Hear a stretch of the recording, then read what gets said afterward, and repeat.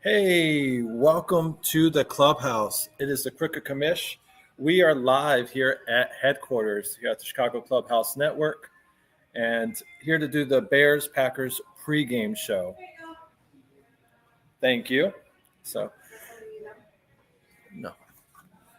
So, anyways, guys, like I said, this is the last week of the season here, week 18, and it's definitely been a rough season here. So, but thankfully, it's all coming to an end here. So, but hopefully, hopefully, the Bears can maybe go out with a bang and maybe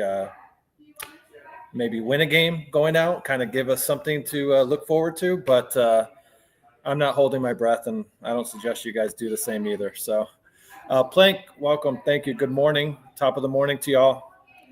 Let's bear down. And nowadays, I feel like we have to say bear down and take it because we've just been taking nothing but L after L after L. It's been rough, man. I need a drink. So, anywho, before I get further into it, let me go ahead and get my co-host in here, Coach Chef, and welcome to the show. How have you been, Coach? I'm all right. Good morning. Good morning, everyone. Don't worry. You all will be seeing my luxurious face with my luxurious locks soon enough.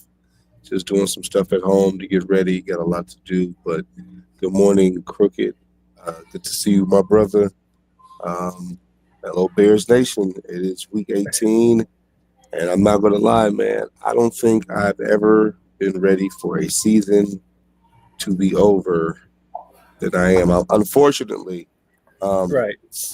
not just because our Bears have been lackluster based on what we believe that they would be this season, but just personal factors on my end with the move and logistics. But it's been a very stressful and tiring season. Good morning for all those who viewed in. Stay tuned with us. We are going to actually talk some football today, hopefully, God willing, and a little bit of off season. And FGB. Yeah. Fuck Green Bay. I'm on a no cheese diet today. So, hamburgers.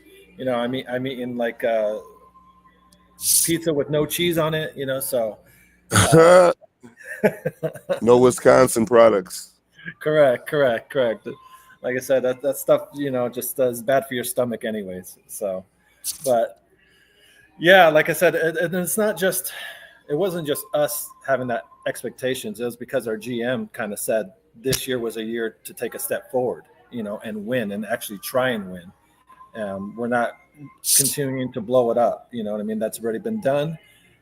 We've repackaged this, so this should be, start to be somewhat of a finishing product. And like I said, we've kind of regressed in a way. Like I said, we just have not taken any support. It's not a kind of.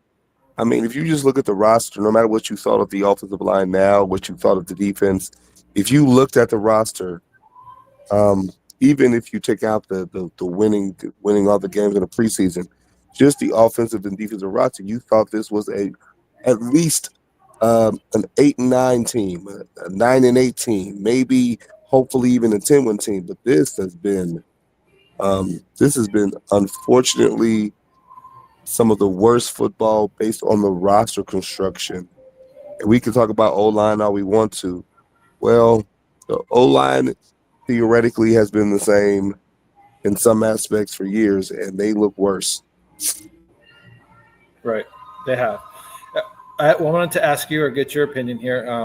Were you surprised at all to see that we actually had it made a Pro Bowler at all? Because I, to be honest, I was a little surprised that JJ actually made the Pro Bowl this year.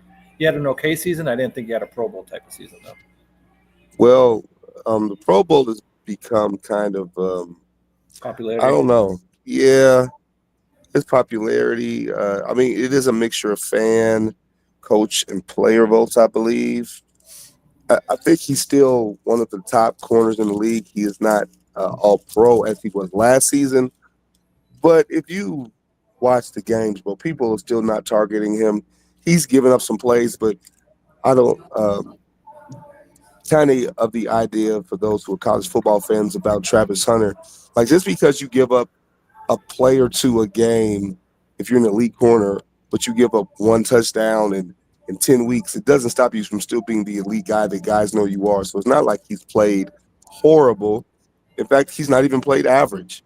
He may have been playing slightly less better than last year, a contract year, but he's still been playing at a very elite level as the Bears' number one cornerback. Yeah. Not right now. Thank you, though. So, like I said, guys, we are here live at headquarters in Peoria, Arizona. If you want to come down here and join the Crooked Commish, we'd love to watch the Bears-Packers game with you. To give you the address here, it's 16041 North Arrowhead Foundation Center Drive, Peoria, Arizona, 85382. So HQ has a wide variety of beers, so there's not going to be your type of beer will be here. So there's no way that you won't be able to find the beer or beverage that you want. So come join me here. Like I said, I'll be here for the rest of the Bears game. If you guys can make it, we really do appreciate it. So, but anyways, that being said here, looking forward to this game right here. It does appear that the Packers will be playing all their starters today, from what they said. I guess there is a chance if they are up big enough that they may sit them at a certain point in the game. But it does seem like they want their players to be firing on all cylinders and want no rust going into the playoffs or whatnot. So, but wouldn't expect anything less from them. Yeah, I mean, oh man, I'm just looking over these just the basic stat rankings for the Packers, and yeah, top 10 in practically all the significant things. So, what's going on, Steve? Oh, you got a cousin shouting you out. That's what's up. Yeah, thank you, Steve, for joining us. Really do appreciate it, cousin. So he's a Chicago native, so he's definitely one of the guys that be talking about after the games. Text message, just trying to figure out what the hell is going on with them. Why did they look this shot down, stand up. So he's a Southsider too, so he's had to deal with the Sox losing season, and then it kind of rolled into a Bears losing season. So he's really just couldn't get ready to get rid of 2024 and get 2025 started. Yeah. So hopefully you guys are having a better start to your 2025 season. Hopefully the Bears can start their 2025 year with a win and not start the year with the bad taste in their mouth and continuing that losing streak. So I think right now it's currently at a 10-game losing streak, and then right now an 11-game losing streak to Green Bay. So looking like it may go to 12. So, but I am happy that they did finally get rid of Eberlus. It was, like I said, long overdue. They needed to make sure that snake heads was cut off, so there was no chance of trying to retain him or bring them back again like they did last year. So, but anyways, what I'm worried about in this Green Bay game is that Josh Jacobs is going to have a field day. Our defense did play better last week, only giving up the 6 points, but Green Bay offense, I think, is way better than Seattle's offense is, and their coaching, like I said, Top 10. Yeah, so I mean, I'm worried that it's going to get ugly real fast against us there, and like I said, Jacobs may have a 100+ game and a couple of touchdowns. They are 5th in rushing, 2,313 yards. And then we're one of the last in allowing a lot of rushing yards as well. I think we're like 30th or something like that in rushing yards allowed. So it's like it's not a good matchup to have a game to where we can be competitive. So. I know most of us here still believe in Caleb Williams and thinks he is the quarterback of the future. But hopefully the biggest thing I want to see in this game here is, one, him staying healthy and playing, getting through this game healthy. And two, hopefully we can see this Bears offense score some points in the first quarter or two, and not just see them score points in the last 2 quarters. Look, Caleb is the guy. As a guy who was very apprehensive of Justin being drafted because I didn't believe in the organization, and seeing Justin develop. Good morning, Plank. How's it going? Bear down. Look, Caleb is already the all-time leading passer for rookies in all categories practically. He already is top 10 regular season passing yards. And you can say, I hate the caveat, well, they're the Bears. Look, check this out. The stats and the rankings are what they are. You can only play the games. He's played every game. He stayed healthy. We haven't had a quarterback for the Bears play every game since Jay Cutler, and I think I'm guessing right now, I want to say 2016, but I could be wrong. No, actually, no, I'm sorry. It wouldn't be 2016. Or maybe it would be. I'm not sure. But I know the last person, Bears quarterback to play all 16 games was Jay Cutler. And that's surprising because he would miss a few games because of a shoulder or a thumb or this or that. But Caleb is he's the guy. Does he have to get better? Yes. I'm really sick of this narrative. I thought he was a generational quarterback. Look, I'm sorry for those who don't know, who've never seen the show. That's my universal Bears voice, Bears fan voice. I thought he was generational. I thought he was going to change the franchise. Look, you fucking losers. I hate being this guy. I'm sorry. Did I say something wrong? I'm sorry. Did I say something wrong? No, continue. I interrupted. Oh, my bad. I dropped the F-bomb. My apologies. Excuse me. I felt that from deep down inside every time I talk to the Chase Tyson patient should get a chance. He's the future. Bear down, Ditka. Like, bro, get the hell out of here. Get out of here. Show me this camera now, man. But yeah, I'm pulling. Yeah, I just those guys. They, in the words of Peter Griffin, they really grind my gears, man. Like, look. I was thinking about this last night. I'm watching Bears stuff. Like, for me, it's been so annoying. Like, I haven't watched any Bears content, YouTube, chats, any of this stuff. I haven't watched it in 2 weeks because it's all negative. There's nothing positive. The only positive is Caleb. And he's the only yes, his D-ball accuracy is not what we thought it was. Yeah. He takes too many sacks. Like, the whole record sack thing, we're going to talk about the line, bro. If you watch every game, there are times where you're sitting there. Yes, I do need a beer. There are times we're sitting there and I'm yelling at the screen, get rid of the ball, get rid of the ball, get rid of the ball, because he holds the ball too long. Yeah. And I get it. Or you're like, hey, man, get out of there. So the sack stat is probably 50-50 quarterback to O-line, because sometimes you just got to get rid of the ball. It's a reason why guys who are less athletic take less sacks typically, because they know they got to get rid of the ball, even if they're throwing the ball away or they're dirting the ball. But his talent, his ability to make plays, like some of these throws we have, excuse me, some of these throws we haven't seen since Jay Cutler. Right. Now, Jay has probably a stronger arm, but the arm angles, the accuracy, the tight window throws, the boy can play. The young man can play. So, look, he's our quarterback. This is the kid. I'm optimistic about his future, depending on who we bring in. Excuse me. Been battling this sore throat thing for the past 2.5 weeks. Uh-oh. But look, he's the guy.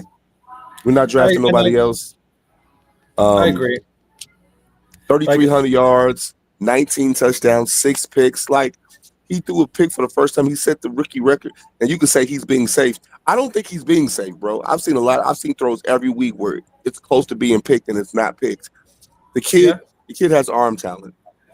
The he sacks knows how to are put the ball in some tight windows for sure. Yes. So and when he does release the ball, it comes out fast. Like when he loads it, it's coming out. So, which I think that was one of the things, the knocks on Justin, is he had a slow release, or his windup was maybe a little too long. A little of both. the wind-up Yeah. plus his holding the ball a little too long, not being confident in making those reads, making those throws. Yeah. So, but speaking of Caleb and his throws and whatnot, and seeing how he did this season, I was able to put together a highlight clip of the best touchdowns of the season so far that we've seen out of Caleb and whatnot. So let's take a quick little break. I'll go ahead and play that for our members here. And like I said, I know we still have one more game, so there could be other highlights that we're missing, but I just took the liberty of putting this together early just in case we only score 3 points again. So. But, Universal Bears fan here, man. Just saying, man. The Bears, oh my God. I've been a fan since 1975. A college team would beat them. Oh my God. Like where's Tyson Bagent? And we've got to play all the second stringers. They're clearly better, man.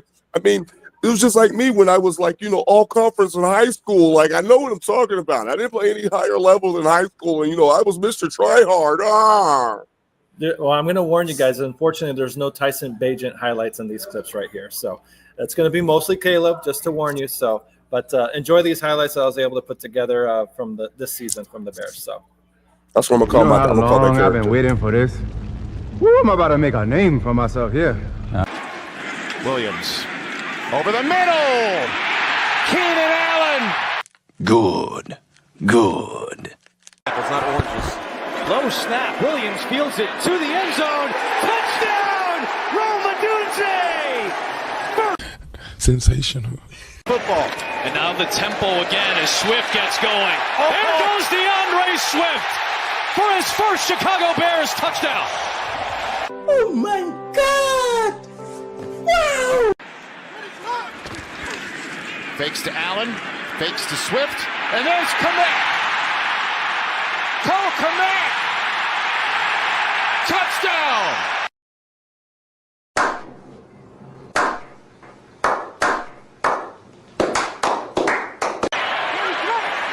Rams bring an extra body. Williams protected. Williams to the back of the end zone. Second down and 8. Williams, more, end zone. He's got receiver in NFL history enjoying the action. 3rd and goal. Williams throws, corner of the end zone. It is caught. Oh, good for you. Something with this first drive of the 3rd quarter. Williams down the field. He's got Keenan Allen, and it's a touchdown for Chicago. Bear fans get a Good job, my brother. We rocking with you. From the 45. Williams, another nice throw. Keenan Allen, touchdown. You're never gonna catch me. 2nd down and 10. Here's Swift. Got the great block out. You got knocked the fuck out, man. Side. One man to beat. Swift. Foot race. Touchdown, Chicago. Makes 10. 10 ought to do it, don't you think? You think we need one more? You think we need one more? All right, we'll get one more. Doesn't look now. He might bring 5, but he's not bringing all-out blitz like I thought he might. Got to convert. End zone. There it is. Touchdown. The Bears. The Bears. I figured one more couldn't hurt there. So top 10, 11 touchdowns by me, my opinion, from the Cricket Commish there that we've seen this season. So hopefully we do get more of it, though I do agree with you, Steve. We do need to see more of Kmet. As much as they pay this guy a contract, like he really has not been featured. I'm going to say something else, too. Well, I mean, obviously, we're on the show. I'm going to say a lot of shit. The coaching situation. Eberflus had to go. We were positive Thomas Brown because of the play calling, but I just want to say that I commend him for doing whatever he's done, because you have to think, you can do the background research. When was the last time a guy started the season and got promoted twice in 3 weeks to the head guy? How successful can that guy be? I was thinking about some things that we said, and I said, you, Crooked said, and even Am said about, typically you get a boost from the coaching change, and stuff. This guy's been promoted twice in less than a month when he got promoted. So what's going on, Foul Mouth? Good morning. See you, Foul Mouth. Morning. He got promoted twice, so like his job has increased so much. Like how much control of everything he has. I remember him saying when he finally became the head coach that he wasn't going to micromanage. He was going to let the guys do their job.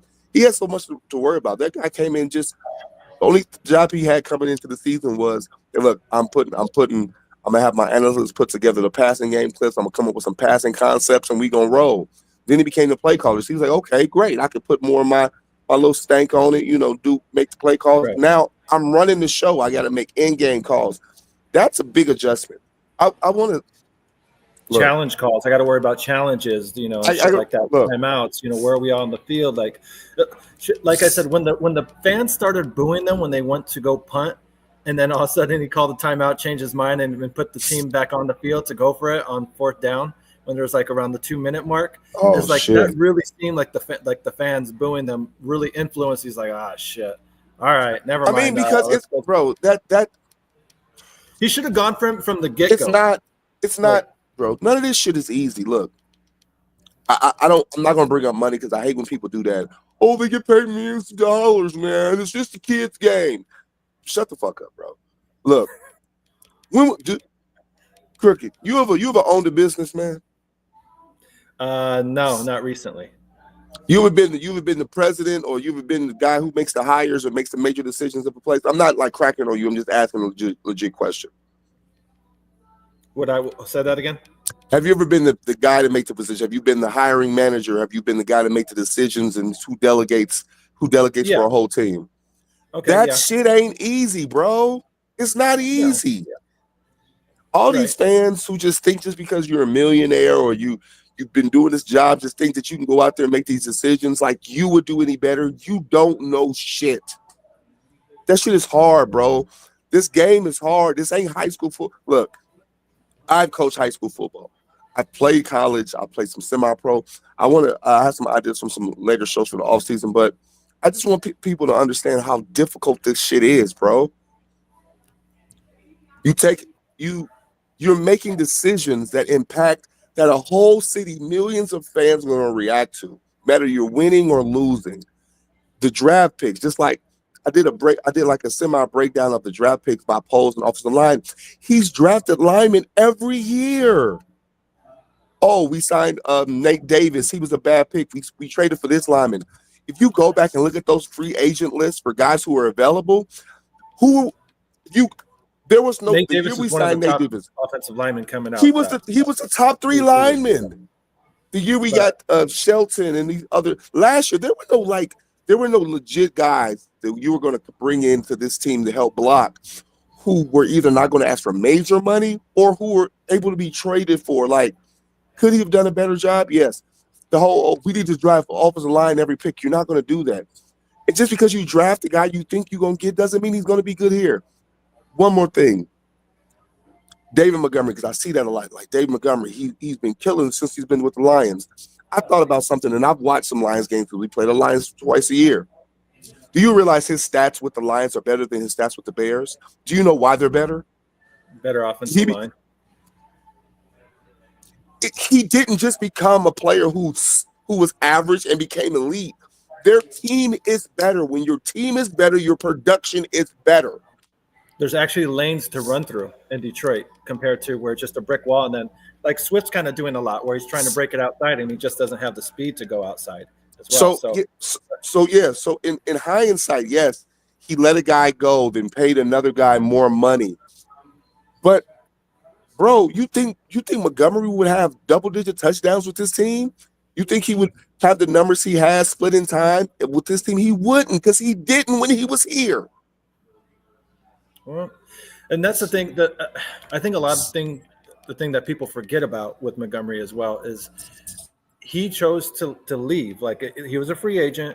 We offered him a contract. Detroit offered him the same contract, and he chose to leave. Now you could say, if you want to say, hey, because he was a Bear, maybe you should have sweetened the pot a little bit for him to incentivize him to stay home, in Chicago instead of him going to a rival. Okay, that's a different conversation. But you can't say that they didn't try to sign him or that they just let him go, because they did offer him a contract. And like I said, it was the exact same one that was in Detroit.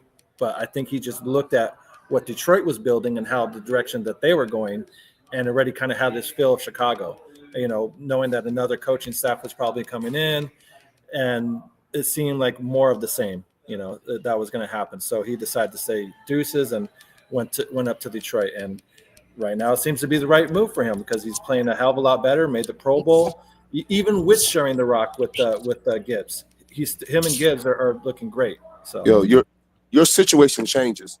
Come here, just I'm trying to bring it, like, I'm not trying to compare us 9-to-5ers or whatever, but like there's levels to everything. You changed jobs before, right?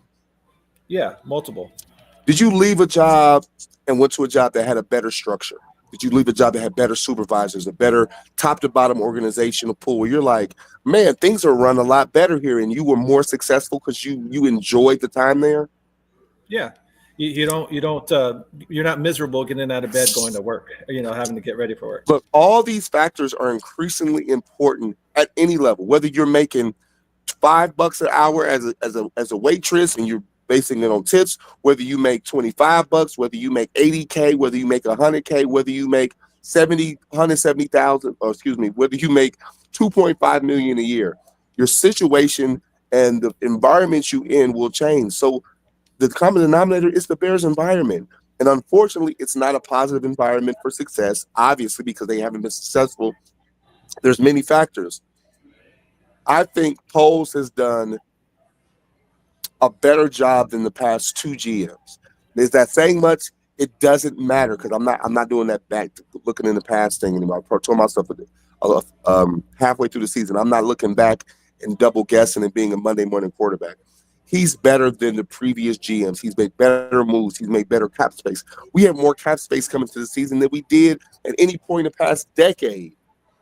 You still got to make the picks. The picks still got to hit. They still got to be coached up. You got to hire the right guy.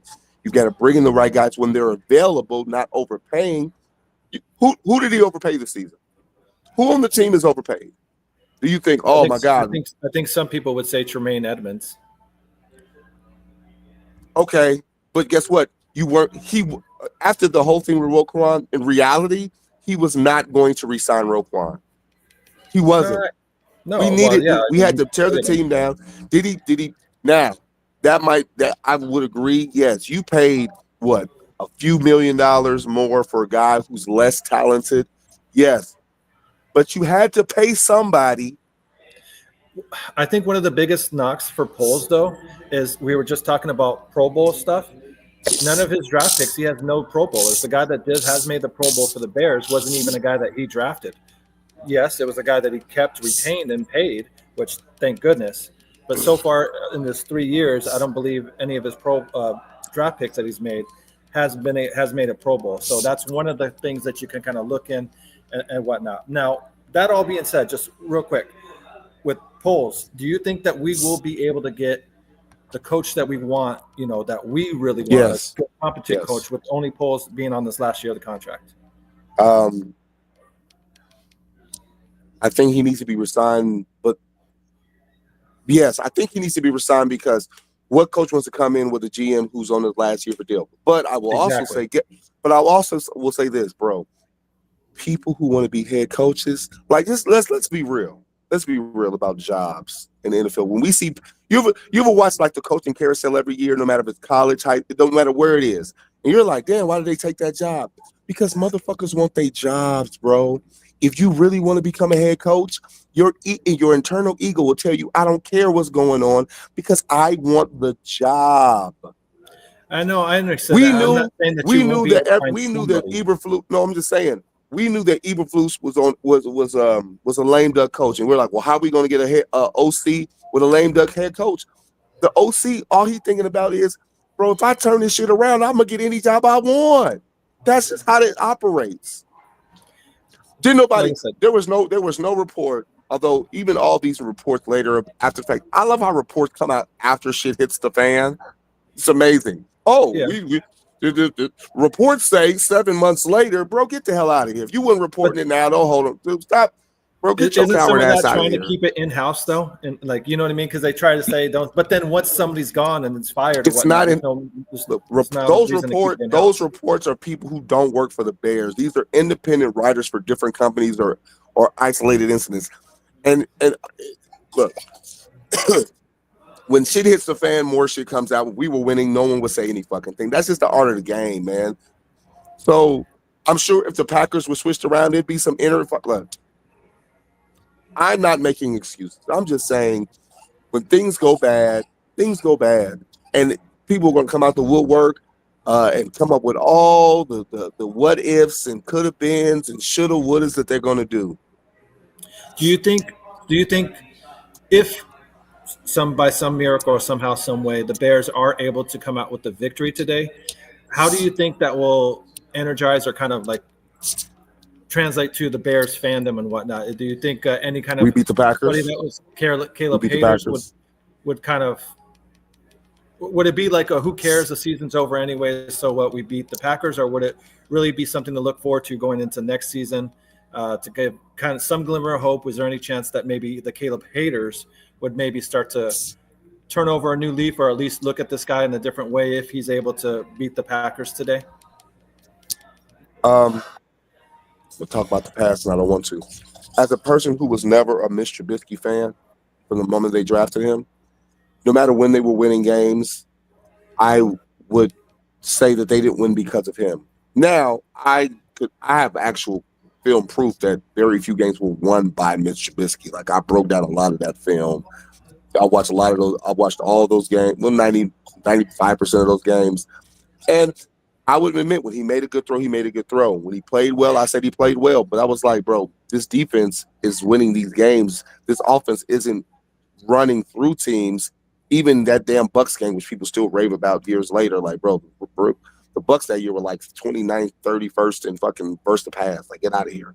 But no, if you're a starch person who's against Caleb, bro, you're not gonna lean off of that because people don't like to admit they wrong. They don't. People don't want to admit they wrong. And then why would a person who has nothing to gain admit they wrong?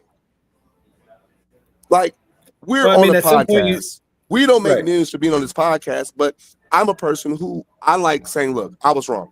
I thought the trade for my man from Pittsburgh, I thought that shit would work.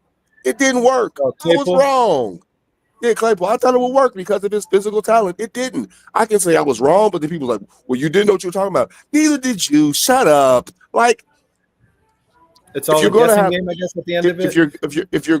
If you're going to have something negative to say about something that you believe in, you're not going to get off your horse until something audaciously happens. The only way a Caleb hater, and trust me, these Caleb haters didn't become Caleb haters until the losing streak, because there were some games he looked phenomenal. 300-yard games, he looked phenomenal. Some throws where he looks phenomenal. Just not throwing the ball up.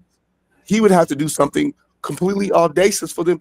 If Caleb came out next year through for 4,300 yards, 23 touchdowns, and they made the playoffs, but they lost in the first round, they'll start to, like, people who have their mindset on not liking something typically continue to not like that thing.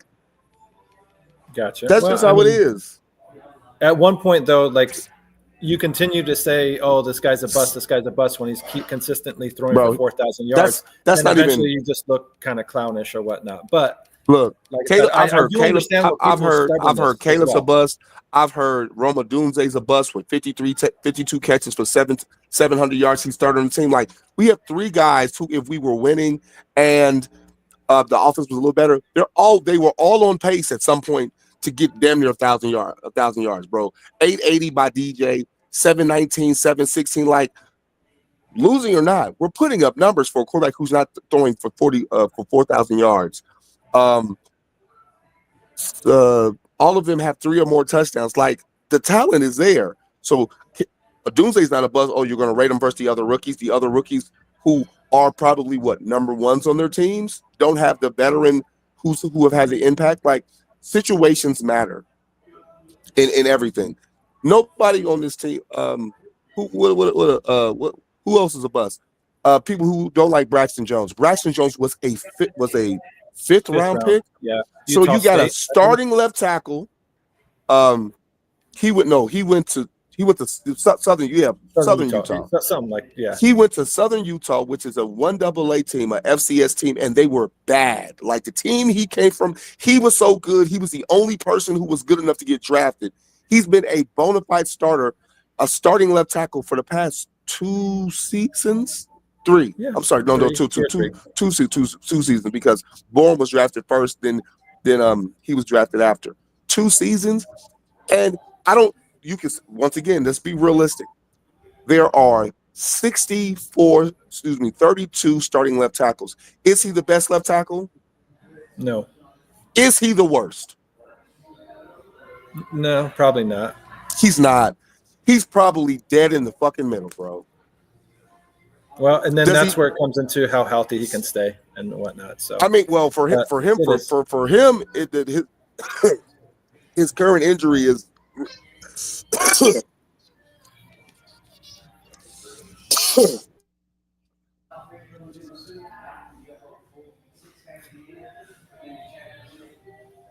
All right, we're gonna give Chef a minute there. Yeah, definitely got a little caught up in what he was saying or whatnot. But guys, let me know in the comments there.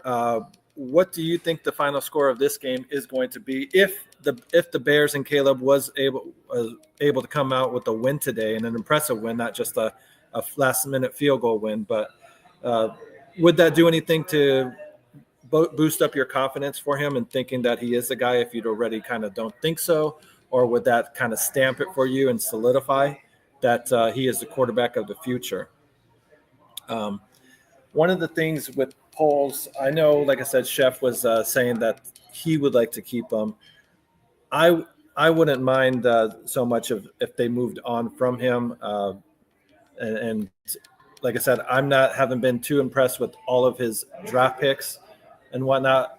I've had some issues with them, but like I said, like Foulmouth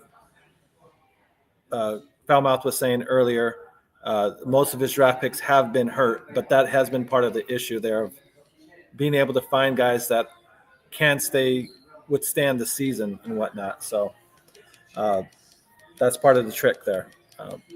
But we'll see and stuff. One of the good signings he did do in the offseason was Kevin Byard. I think he has been a really good safety.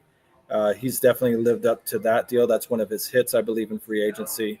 I do believe it was a 1-year deal, so it'll be interesting to see if they are able to keep Kevin and able to re-sign him again. Is that a player that you would like to see them, Chef, or would like to see them re-sign? Would you be okay with that, or do you think they can do better than Byard, or would Byard even want to stay? I don't think Byard's played terrible. He hasn't played up to his one All-Pro or his Pro Bowl, but I think he's played all right. I mean, he's a vet. I think that Brisker not playing both impact, like the situations make things different. Like he's a veteran playing with Owens. Look, Owens on a 1-year deal as well. Byard was on a 1-year deal? I believe so. Have to look that up. I believe the 1 year. I would bring him back, but you look. Everything's about depth. All these 1-year deals are just trying to get guys until you can draft or sign better guys depending on the free agent pool for the upcoming year. I would have more of an opinion once I saw the free agents for the upcoming year, like the guys who are actually free agents or guys who didn't re-sign right before all the All-Star games for seniors and juniors and all that other stuff. Okay, so correction real quick. Byard is a 2-year deal. 2-year deal, $15 million contract with the Bears. You're not going to release that. I mean, you could, but I don't think he's played horrible. I don't think he's played great. I think he's played okay. He's played less productive when Brisker wasn't there because obviously your backers are not as talented. Correct. So I think you bring Byard back from a 2-year deal. You hope Brisker comes back. You draft another safety, or you get you definitely need to draft another safety in case Brisker gets re-hurt. You definitely got to draft another safety or bring in a guy who's a virtual starter backup type of guy like Owens. Owens was a starter previously. He's played well, but they've attacked him recently. But then again, that's what happens when backups play for a long time. The longer backups play, you start to see that they're backups for a reason. So, look, the Bears have not been good. They've underwhelmed in so many ways. You got to change this defense. This defense can't run cover 2 no more. They got to be more aggressive. You need pass rush. You got to get some pass rushers in here. Well, Billings was a big drop off. Like the defense dropped off. I think the defense greatly dropped off a cliff when you take out your nose, your one technique. He's a nose because of his size. 1,000%. Yep. So there, look, injuries play a factor. I'm not going to blame guys for getting injuries because injuries happen. I think they should bring Tevin Jenkins back on a team-friendly deal because of his history with injuries. I don't think he's played horrible when he plays. I think he's He just can't finish average games, to slightly. Exactly. He hasn't finished. There was like 5 games he's went out. He hasn't played 50% of the snaps. Yes. Look. And that was another one where he got drafted. He had back injuries from college that they knew about, and he still he had back surgery his rookie year. But here's the funny thing: correct. None of the injuries he's had this year are well. He did have the neck earlier, but that was like a neck concussion thing. But most of his injuries this year have nothing to do with his back. No, they haven't. But so look, you've got to draft the right guys. I was like I said, I was doing some looking at the offensive line draft. Or the idea that he doesn't have any Pro Bowlers drafted. I haven't done the research on how many Pro Bowlers have been drafted in the past 2 drafts, but I'm pretty sure that number is pretty small. So if he was a GM for 4 years, and there were no Pro Bowlers, I'd be more like, damn, like what kind of talent are you getting? Mm-hmm. But I think that's slightly overrated for a few reasons because of the way voting goes for the Pro Bowl now. Has every pick been – you can scrutinize everything. I think we could have made some better picks. Like, for instance, everyone wanted George Pickens the year that we got Bayless. Now, George is a phenomenal talent. But, like, you watch – he's a hothead. Would you need a guy just because – look, this locker room would not do well with a guy like that regardless of him making plays. They wouldn't do well. This locker room isn't set up for that type of guy. Sure, we're not set up for Tyreek Stevenson. And I've heard people talking about something. Well, will another coach keep Tyreek Stevenson? They're not about to release a second-year cornerback who was a second-round pick who played. Now, has he played as good as he played earlier? No. Since the Hail Mary? No, he hasn't. But he's not a bum. Like, so I'll say this. Stevenson has played better than Bayless Jones has ever played. And they kept Bayless Jones for a long time. So they're going to give Stevenson just as many chances as they gave Jones there. Yeah. But I have a the question draft pick this year. Amagazi was hurt. He needs a full year of development off season. Troy Taylor has been a good punter. Austin Booker has shown flashes, but he's a 5th-round pick. So I would say nobody in this draft yet is a bust. Amagazi does not look that good. But you have to remember, the kid missed the end of his college season. He's missed a good portion of this season. I don't think I don't care what no one says. I don't think that kid's been 100% at any point this year. I agree. You're transitioning a whole level, a whole different level of athleticism, and you were battling injury. Give that kid a full off season, a full workout plan. Give him another year and a half to see. Same thing. I think he'll be okay, even if you have to kick him in the guard. So I do have a question here for you for the future, kind of going forward before we start getting into some predictions and close this off. What do you think – what chemistry do you think is more important for Chicago and Caleb Williams to develop better chemistry with Roma Dunze or with DJ Moore? Out of those two, no, you can't know one or the other. Which one do you think is more important as far as him developing? I get it. Yeah, you want to develop both of them. But if you had to choose one, which one would you say is more important for him to develop the chemistry between either him and Rome or him and DJ?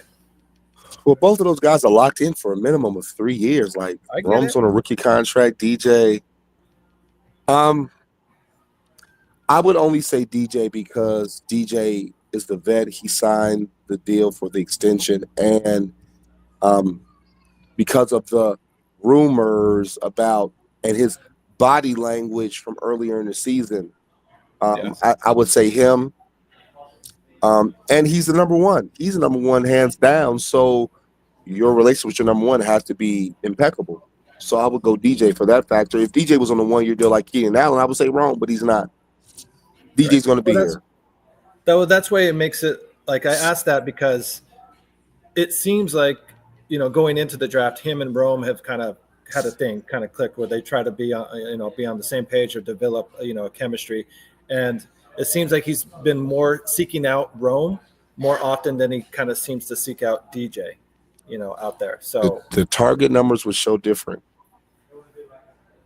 Yeah, I mean, I'm just eyeball test. I'm sure the numbers wise, it doesn't go that way. But when there's big moments, it seems like he, like I said, looks more for Rome and stuff. Well, Rome plays a lot in the slot.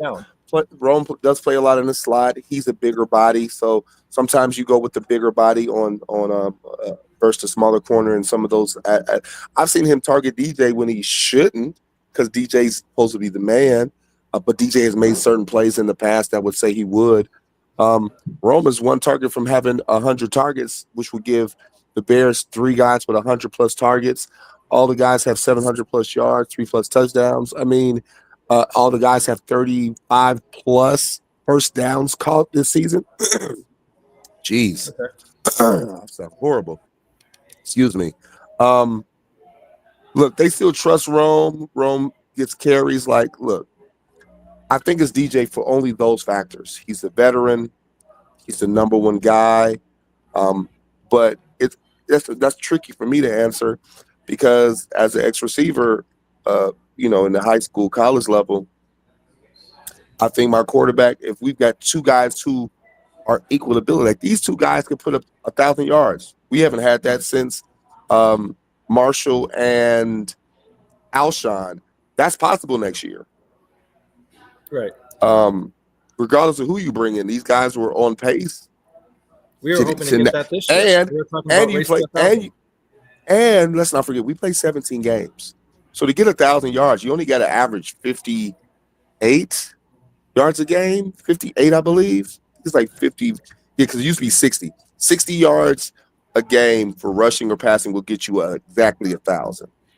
So you only got to average a little bit less than that. So with 120 today, DJ gets 1,000. So right. I think it's DJ.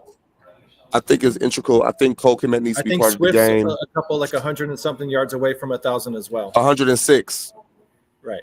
But he hasn't had a 100-yard game the entire season, and they still play 17 games. Just like my man from Baltimore, he had a stat compilation that's never been done. Derrick Henry? No, Jackson, Lamar. Lamar was the fourth quarterback to throw for 3,800 and have 800 yards. No, throw for 4,000. We got to remember, bro. They play 17 games now, so some stats every year. You're going to see some crazy stats because they're playing another game. The offensive line needs work. We still have not seen this offensive line for 3 seasons. We've never had a complete 5 starters who were predicted to be the 5 starters for 3 consecutive games. Yeah, that's a problem. There's no continuity on the offensive line at all. So that cannot work at the pro level. That can't work at the high school level. No, it can't. That can't work in a video game. And I hate bringing up video games when it comes to reality and real football. As much as I'm a football head at heart, we're not. It's not the same thing. But I will say that it's going to be a tough game. Getting back to the matchup, look, the Packers run the ball. It's in Green Bay. They're going to run the ball. It's going to be cold. Just like my Fighting Illini and my Colorado Buffs.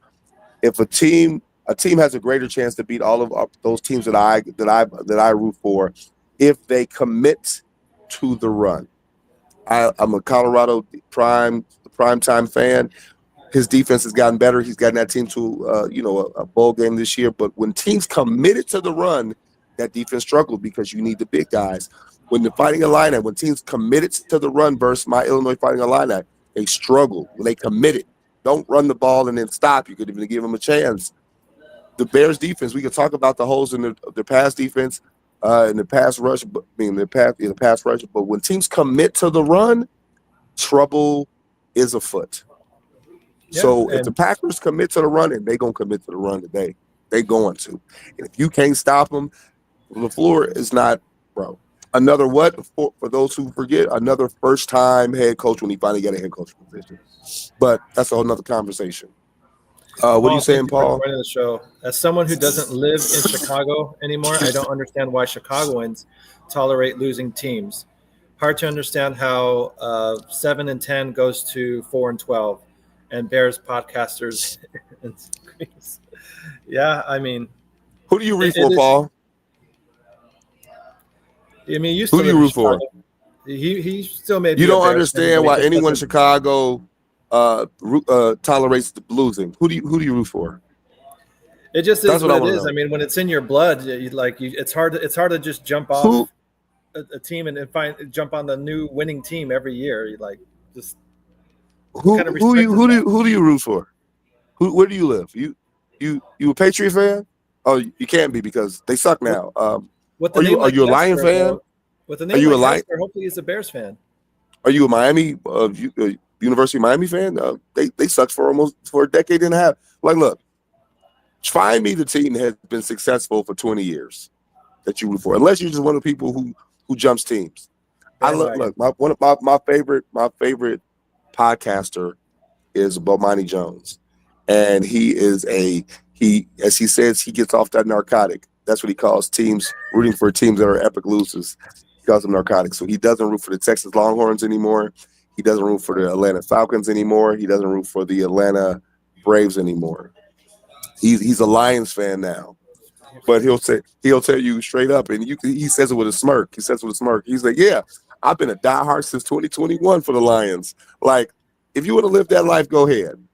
But I get, what you're not going to do? You're not going to come around a bunch of other fans for that organization or be around, because no one wins all the time. I'm going to tolerate it because I'm going to tolerate it. Why I'm going to tolerate it? Because people still going to go to the Bears. The Bears fans was chanting, sell the team. That they ain't never selling the team. Somebody was in one of the groups I was reading the chat was like, the chance of sell the team were orgasmic. They didn't say that, but that's how it read to me. I'm like, bro, as soon as I heard to sell the team on the post game, I turned that shit off because I'm like, bro, that's just annoying. They not selling the team.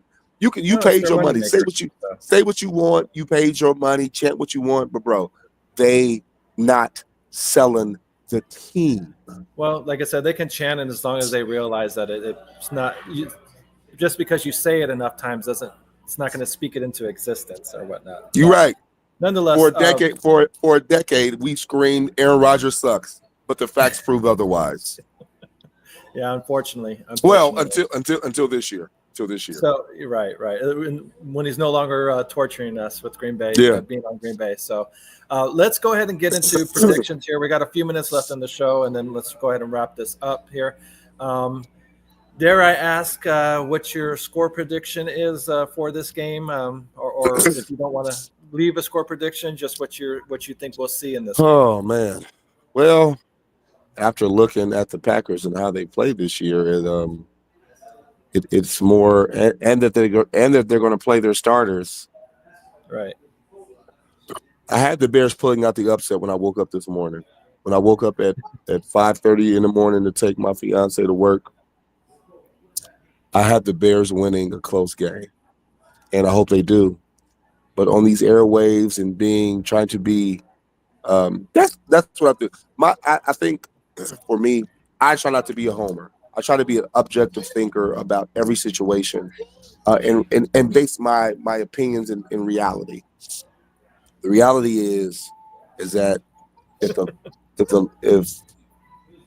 33-10 Bears, why not? Hey! I pray by the graces of God Almighty. Bismillah ar-Rahman ar-Rahim in Arabic as a Muslim. Please, yes. Oh my goodness, that would. You know how much I'm gonna drink today if they do that? For real. I'm buying shots for everybody. You and my boys. Everybody taking the shot. They win 33-10. Yeah, no shit. But if Green Bay commits to the run and the Bears cannot stop the run because they just don't have the interior anymore, especially with Billings gone. I think 27-10, 27-12, 27-12. 27-12 Packers. They commit to the run and then play action that thing, man. Like, yeah. I mean, shit. No one was right about the Thursday night game. Who won on the under? Who won on the under? That's what I want to know. Because 6-3, holy shit. Right.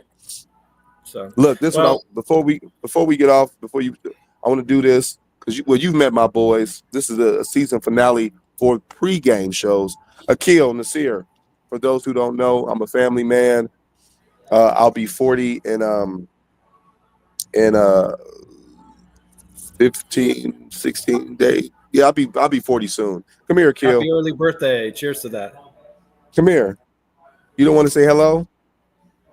Well, Kamish, you know my big boy Nasir. Yes. Hello. Nasir, welcome to the show this year. It's good to see you. He says good to see you. These are my boys to the podcasting world. My boys Nasir, my oldest, and Akil will be all decked out in our Bears gear.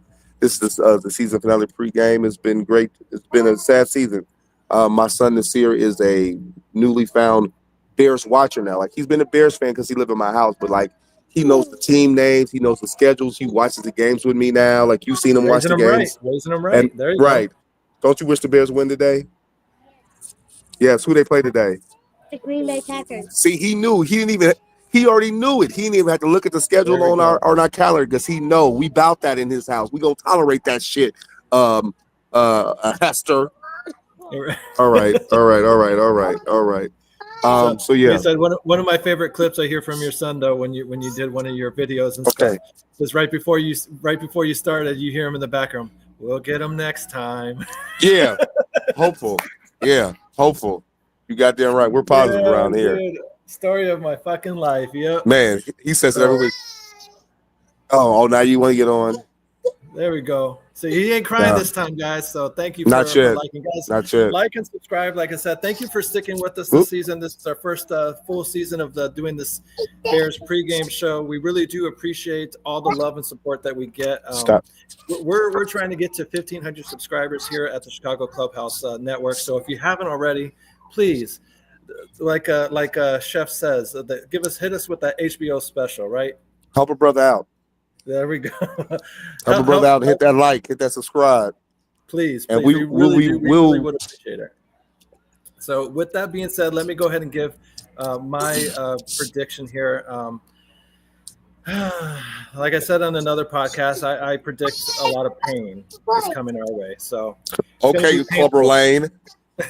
Okay, Clubber Lane. What do you predict? Pain. Exactly.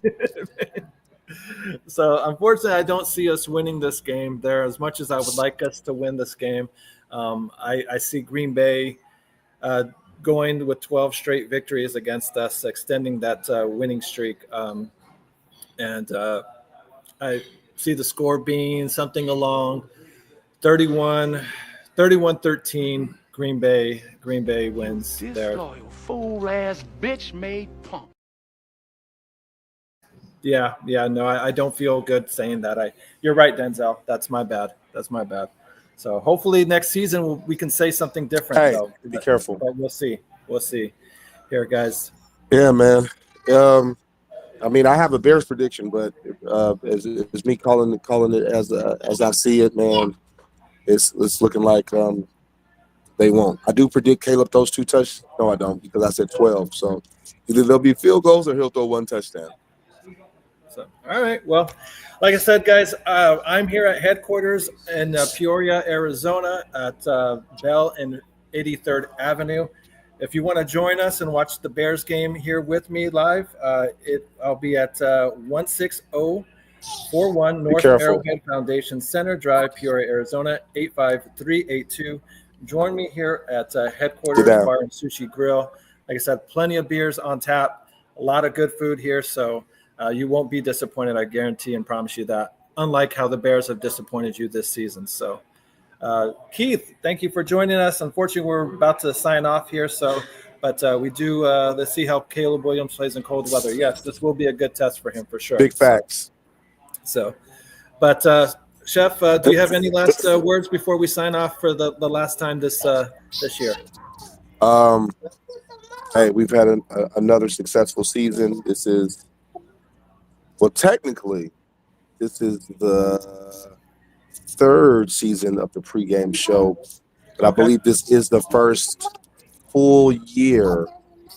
No, it's not. Second full year of success. Second, our very first year, 3 seasons ago, we did every game. Okay. If I'm not wrong. But on to better and better things. We're not going to talk about the past, like I said. Thank you for all those who've joined in with us for all of the pregame shows this year. Me and Kamish will be bringing you other Bears content in the offseason. Not on a weekly basis, but we'll have some specials. So this is some of the good food that you can find over here at headquarters here. So if you join us, you can get yourself a nice. That is a sushi burrito. I know it's not. I'm joking. Although that sounds pretty fucking good though. It is. Trust me. I won't make a lie out of you. But go ahead and finish what you're saying. Yeah. Thank you for tuning in. Please like and subscribe. We have other content on the channel. Please tell your friends and family. We will have. I got some ideas for the off season. Like I said, we won't be at you every week. But we'll creep in maybe once every month to give you a show. Enjoy the playoffs. The draft, free agency. Yeah, all of those things. We'll bring on some other guests in the football world. Mostly Bears, obviously, but I got some things cooking. Me and Commission talk about to keep you guys tuned in. Please check out our show on Tuesday. They're going to talk playoffs, the Bears. They're going to talk the Bulls. They're going to talk Blackhawks. Yes. Check out Bull Spit. Tune in, like and subscribe. It does not cost you anything to like the podcast. We're not begging. We asking because you hear anyway. Yes. In fact, if I watch a video on YouTube and I watch, even if I watch 50% or more of a video, I just like it because I'm here. I'm here for the content. Why am I being a hater? Don't be a buster all your life. I don't like those guys. They don't voice my opinion. I'm going to go to the other podcast, man, because they're a Bears fan just like me. They're practice All-American in high school when I played JUCO. Get the fuck out of here. Just hit the like button. Don't be that guy. I was about to say something that might get me flagged by Facebook. Don't be that guy. Don't be a casual. Don't be a herb. Don't be a lame. I'm gonna keep it nice. Hit the like, subscribe. We appreciate it. It don't cost you anything. We're gonna bring you content regardless. So give us the likes. That way, we can bring you higher quality content. Absolutely. So very well said, Chef. Like I said, thank you all again for joining us. And like I said, we'll be here at headquarters watching the Bears-Packers game. So if you do want to join us, there it is, Brian. Right in time. Go Packers. Wait. Go to the comment after that was bring his spring training games. yeah, spring training games for real. Let's go. That's right around the corner too, so we could be talking about that. So. Thank you, Frank, for the happy 40th. Yeah, I'll be the 19th of January. I will be the big 4-0, baby. Looking good though. We'll call for a celebration. So, but anyways, guys, thank you again for joining us this season. Hopefully, the Bears can. Go out with the get a dub. Like I said, we got them losing, but hey, they pull out a dub. We ain't gonna be mad. Trust me. No. Oh, we'll shout out to Amp. Shout out to Amp. Amp wasn't able to join us today, but we knew how me and his conversations would have gone. He'd have been like, throw the whole team in the guys, man. This kid, but the kid. Go. Everybody gotta go, but the kid. Yeah, start the whole 52 roster. Fire the concessions people. Fire the parking lot attendants. Fire them all. The whole organization, they all got to go but the kid. We got to start from scratch in Arlington Heights. Jesus Christ. All right. Love you, Amp. With that being said, man, we're my Southside brother. Yep. Remember, guys, thank you. Like, subscribe. Help us get to 1,500 subscribers. Remember, if you can't peace be and good, blessings. Well, damn it. Happy New Year, too. Oh, Happy New Year, too. Forgot about that. Happy New Year. 2025, baby. First show of the year. Wait, no, we weren't. No, we weren't. We first. This has been a Chicago Clubhouse Network production. Were we the first podcast of the year for the show, for the network? No, Yeah, you did a show yesterday. You did a show yesterday, right? You did a show yesterday. Yeah. I was kind of doing watching the games, doing a fantasy, kind of watching the games and watch along and stuff Okay. like that. But like I said, this is the first official one for sure. First pregame of the year. Yes. All right, guys. Thank you again. And like I said, remember, either be good or be good at it.